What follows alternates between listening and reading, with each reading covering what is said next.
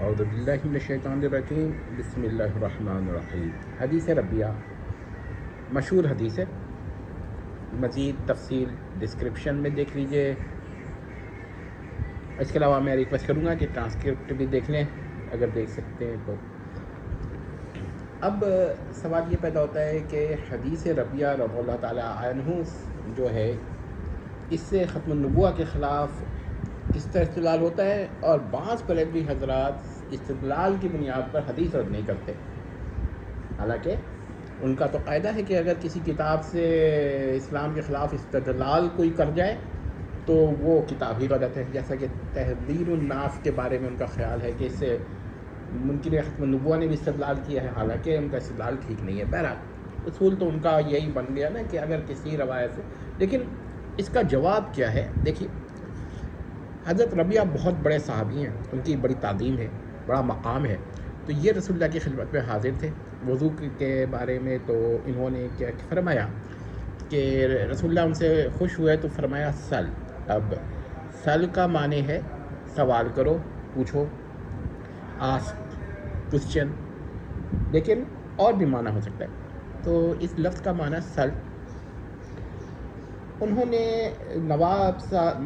نے لوگوں نے اس کو یہ سمجھا ہے کہ سل سے مراد اختیار کلی ہے۔ ان کا دعویٰ ہے کہ سل عام ہے اور اس سے استدلال اس کے عموم سے، یعنی جنرلائز فارم سے، جنرلائز میننگ سے استدلال ہے، لیکن اگر یہ خاص ہو تو پھر استدلال باطل ہو جاتا ہے، کیونکہ عموم سے استدلال ہے اختیار کلی پر، اور عموم باطل تو استدلال باطل۔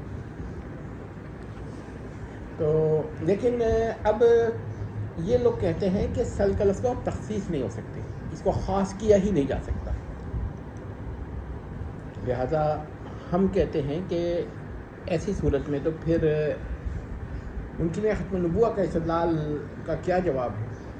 اب ذرا یہاں سمجھ لیجئے کہ لفظ سل اگر عام ہے تو جن اشیاء پر عام ہوگا ان میں سے کسی بھی شے کا سوال کرنا جائز ہوگا، اگرچہ سل کا حکم فرض ہو یا واجب۔ میں عموماً اس کو واجب میں لیتا ہوں، لیکن فرض بھی کوئی لے لے تو یہی استدلال ہوگا۔ تو اگر یہ فرض ہے یا واجب ہے سل کا حکم، یعنی سل تو صیغہ امر ہے نا، تو پھر اس کا مطلب یہ ہوا کہ اگر کوئی بھی چیز نہ طلب کی جائے تو یہ خلاف فرض یا خلاف واجب ہوگا، ٹھیک ہے۔ لیکن اگر کوئی جن پر یہ سل عام ہے ان میں سے کوئی ایک چیز بھی مانگ لی جائے تو سل پہ حکم ہو گیا، عمل ہو گیا، لیکن ان میں سے کوئی ایک چیز مانگنا، ان تمام میں سے کسی ایک کو منتخب کر کے مانگنا، یہ جائز ہے۔ اب یہ ایک منطقی سوال پیدا ہوتا ہے کہ فرض کے اندر جائز کیسا ہو گیا؟ تو یہ کہ حکم ہے کوئی ایک چیز مانگ، اس میں سے جائز ہوگا، ایک چیز جب جائز ہوگا لینا تو حکم فرض پر عمل ہو جائے گا۔ اور اگر مستحب مان لیں تو استحباب، اگر کوئی بھی سوال نہ کیا جائے ترک مستحب ہوگا، اور اگر کوئی یہ چیز مانگی جائے تو وہ جائز ہوگا ان میں سے، لیکن عمل ہو جائے گا مستحب پر۔ یہ ایک ٹیکنیکل بات ہے، میں نے پھر بات بیان کر دی۔ اب سل کا لفظ جو بھی چیز آپ مانگے اس کے لیے خاص نہیں ہوگا، عام ہی ہوگا، ٹھیک ہے نا۔ تو جن جن پر عام ہے ان میں سے آپ کسی کو بھی مانگیں گے تو سل کا لفظ جو ہے وہ عام ہوگا، تو وہ جائز ہو جائے گا، لیکن عمل ہوگا۔ اگر سل کا حکم فرض کے لیے ہے تو فرض پہ عمل ہو گیا، اگر مستحب کے لیے ہے تو مستحب پہ ہو گیا، واجب کے لیے ہے تو واجب پہ ہو گیا۔ بہرحال یہ بحث تو ایک الگ۔ تو اب کیا ہے کہ کیا اس کے اندر سل کے عموم میں ختم النبوہ اور نبوہ داخل ہے؟ اگر داخل ہے تو اس کا مطلب ہے کہ نبوہ مانگنا بھی جائز تھا اور ختم النبوہ بھی مانگنا جائز تھا۔ اب اس کی مطلب یہ ہوگا، اگر نبوہ مانگے تو اس کا مطلب ہے کہ رسول اللہ نے یہ اختیار دیا کہ چاہو تو نبوہ مانگ کے میرے ختم النبوہ کو باطل کر دو، اور مجھے دینا پڑ جائے گا، یعنی مجھے ختم النبوہ توڑنی پڑ جائے گی۔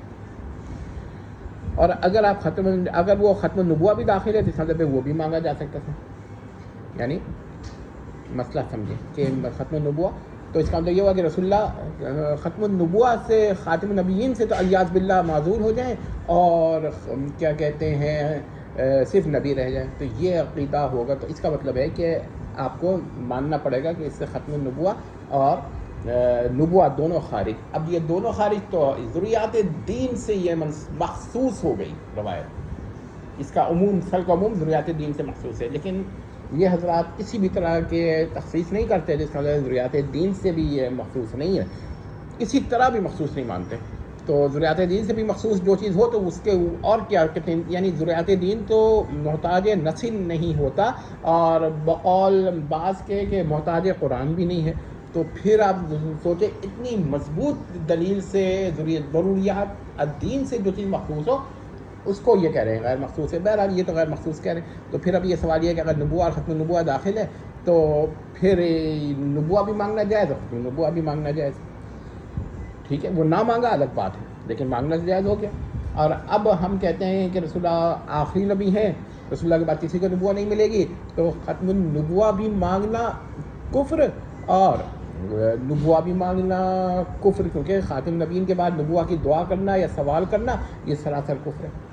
اور اگر باری طرح سے کوئی کرے گا تو یہ کفر ہوگا ہی، غیر اللہ سے اگر کرے گا تو کفر و شرک دونوں ہو جائے گا، کیونکہ غیر اللہ کو یہ استحقاق ہی نہیں ہے کہ وہ نبوہ کسی کو عطا کرے. تو اور یہاں تو یہ مسئلہ پیدا ہو گیا. تو اب اگر استدلال اس سے یہ کیا گیا کہ جو استدلال کہ نبوہ اور ختم النبوہ اس دونوں اس میں داخل ہیں کیونکہ تخصیص تو مان ہی نہیں رہے ہیں، تو پھر کیا کہتے ہیں نبوہ بھی مانگنا جائز اور ختم النبوہ بھی مانگنا جائز. تو رسول اللہ اگر خاتم نبیین ہو تو پھر ختم النبوہ مانگنا کفر اور نبوہ مانگنا بھی کفر. تو اب یہ پیراڈاکس ہو گیا. تو عموم اگر ہے تو ختم النبوہ مانگنا بھی جائز اور نبوہ مانگنا بھی جائز، اور اگر یہ دونوں جائز تو ختم النبوہ باطل علیاذ باللہ. کیونکہ اگر ختم النبوہ حق اور تو پھر آپ کو ماننا پڑے گا کہ نبوہ مانگنا بھی کفر اور نبی سے نبوہ مانگنا کفر و شرک، اور ختم النبوہ بھی مانگنا کفر و شرک، تو یہ دونوں خارج ہو جائیں گے عموم سل سے اور سل مخصوص ہو جائے گا. بہرحال میں نے یہ اس لیے بیان کر دیا کہ جن لوگوں نے استدلال کیا ہے وہ یہ استدلال جب کرتے ہیں نا تو ان حضرات کے پاس جو عموم تخصیص کے کسی طرح کی تخصیص کے قائل نہیں ہیں، وہ کہتے ہیں کہ لفظ تو مخصوص ہو کر ہی نہیں دیتا، تو پھر ان پر اعتراض وارد ہو جاتا ہے. اور ظاہر بات ہے ان کے پاس کوئی جواب ہے نہیں. ہمارے پاس جواب ہے کہ ہم کہتے ہیں کہ اس پر دلیل کیا ہے، اس پر تو ضروریات دین ہے اس کی تخصیص پر، یعنی ضروریات دین سے مخصوص ہے، یہ ضروریات دین اس کی تخصیص پر دلیل ہے. تو پھر استدلال یہ ختم ہو گیا، کیونکہ ضروریات دین سے استدلال بہت اہم ہوتا ہے. تو دیکھ لیجئے ہمارا موقف، دیکھ لیجئے ہمارا جواب بھی دیکھ لیجئے کہ اس پہ نہ نبوہ داخل ہے نہ ختم النبوہ. ہاں ایک بات یاد رکھیے گا، جب ختم النبوہ نبوہ دونوں سل کے عموم سے خارج ہو گئے تو یہ سل مخصوص ہو گیا. یہ کہہ دینا کہ نبوہ بھی خارج ختم النبوہ بھی خارج لیکن سل مخصوص نہیں ہوا، مخصوص نہیں ہوا، یہ بالکل باطل نظریہ ہے، کیونکہ یہ عموم کے قائل ہے، کسی طرح کی بھی تخصیص نہیں کر رہے. ٹھیک ہے، نظرے کو دیکھ لیجئے اور استدلال کو دیکھیے کہ ان کے پاس اس کا کیا جواب ہے. انشاءاللہ ابھی ہم اور بھی باتیں بیان کریں گے. والسلام.